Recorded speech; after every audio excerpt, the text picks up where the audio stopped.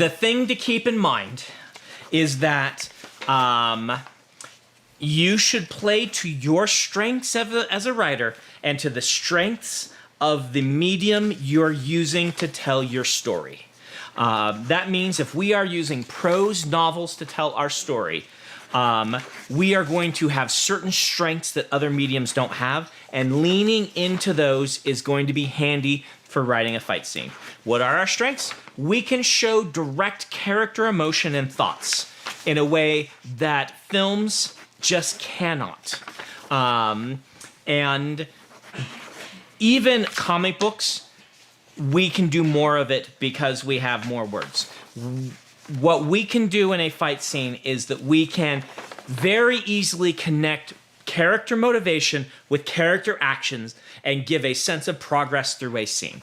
A great fight scene in a book often has markers of progress that are happening through the course of the fight, and has its own narrative flow, meaning beginning, middle, and end. Within that middle, escalation of stakes or escalation of danger in some way, or changing and reassessing of goals. Showing a character going into a fight wanting one thing, realizing halfway through they need another thing. Raising the stakes because they have now been fighting for a while and that other thing has been getting further and further from their grasp is something that works really well in a novel. What you want to avoid, and where I got taken to task by this YouTuber who was correct, is blow-by-blows tend to be boring in any situation. I said that blow-by-blows were fun in visual mediums and not in books, and the YouTuber is correct. They're boring everywhere, right?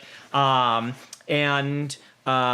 you want to tell a great fight, blow-by-blow is not the way to go. Another rhyme. Instead, you want to show the character's progress, the character achieving things, the character leveling up or leveling down, right?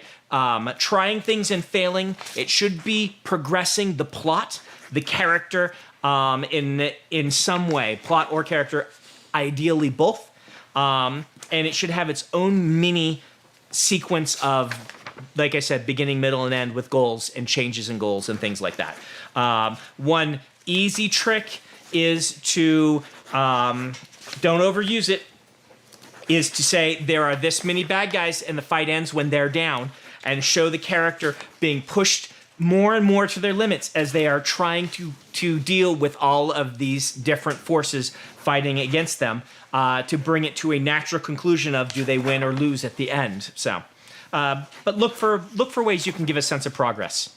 Readers love progress. This is like one of the key ideals for telling great stories, is to know that as a reader, most of us want to be able to feel like there is motion going on through the narrative, not just from where the characters are going.